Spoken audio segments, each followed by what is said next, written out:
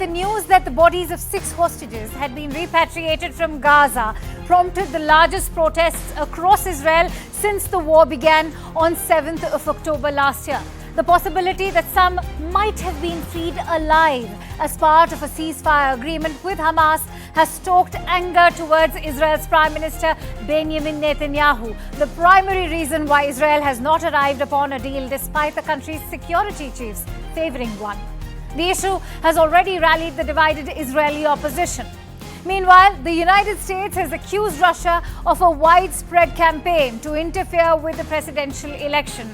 And there's trouble mounting for the Trudeau government in Canada as Kingmaker Jagmeet Singh's NDP has withdrawn support.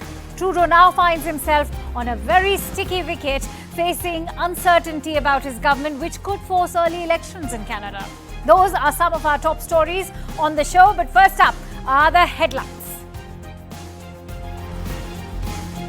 Ukrainian lawmakers voted on Thursday to appoint a new foreign minister and 2 deputy prime ministers as President Zelensky initiated his largest government overhaul since Russia's invasion in February 2022.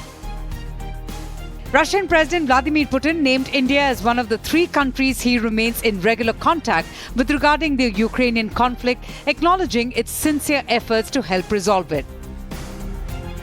French President Emmanuel Macron has named EU's former Brexit negotiator Michel Barnier as the new Prime Minister 2 months after an inconclusive snap election in early July.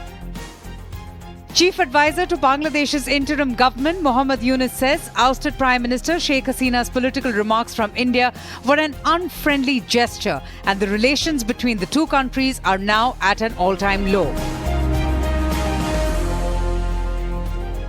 Now, the situation in Israel has indeed intensified with the recent deaths of the hostages. Tens of thousands of grieving and angry Israelis have surged onto the streets on Sunday night in Israel. The protesters demanded Prime Minister Benjamin Netanyahu reach a ceasefire with Hamas to bring the remaining captives home. Scuffles between the protesters and security forces were reported on Sunday night in one of the largest anti-government demonstrations in Israel since the Gaza war began nearly 11 months ago. The frustration of the families have accused Netanyahu of sacrificing their loved ones for his own political agenda. Meanwhile, US President Joe Biden, who himself is facing flack for his unwavering support to Israel despite the mounting death toll in Gaza, has said that Netanyahu is not doing enough to secure a hostage deal and a ceasefire with Hamas. As Netanyahu continues to battle the criticism, the question is, will hostage deaths end Netanyahu's reign? Let's find out.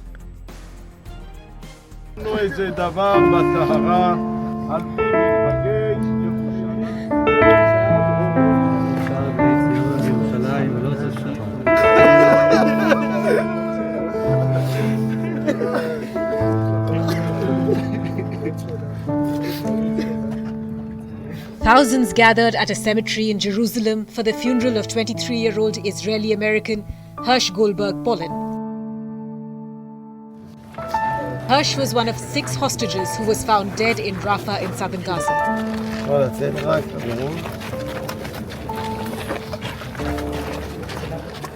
It also brought to an end the 11-month plight of Hersh's parents, who had crisscrossed the globe to plea for their son's freedom.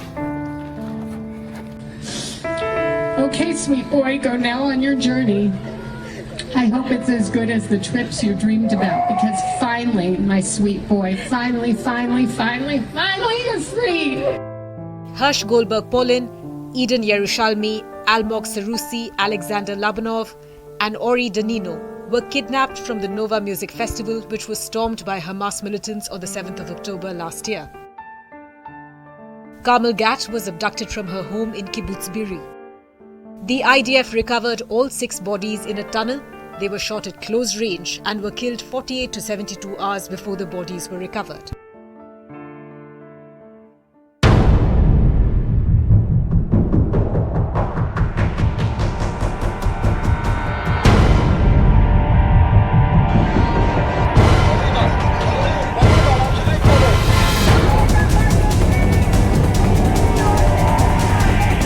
Israel has erupted in rage since IDF confirmed the deaths of the hostages.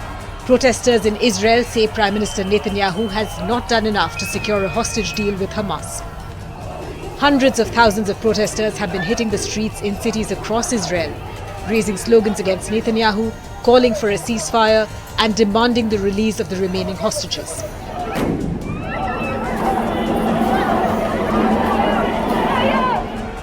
More than 100 of them, including 35 believed to be dead, are still being held in Gaza.